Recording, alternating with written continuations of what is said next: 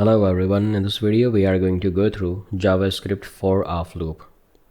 The JavaScript for-of statement loops through the values of an iterable object. It lets you loop over iterable data structures such as arrays, strings, maps, node lists, and more. Let me give an example. Let's come in here and type script tag, and within a script tag I'm gonna type in here const cars equals, say, BMW, comma, undercodes, Volvo, comma, undercodes, Mini.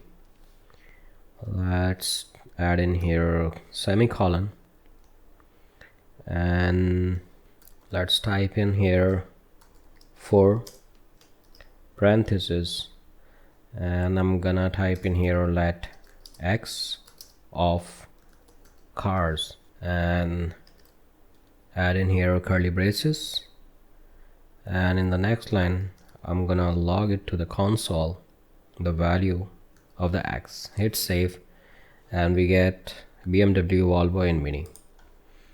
And you can also loop over a string. Let's type in here all the cars, and if I hit save we get all the alphabets of this variable that is converted to the iterable object, all the cars. And that was all about for-of loop.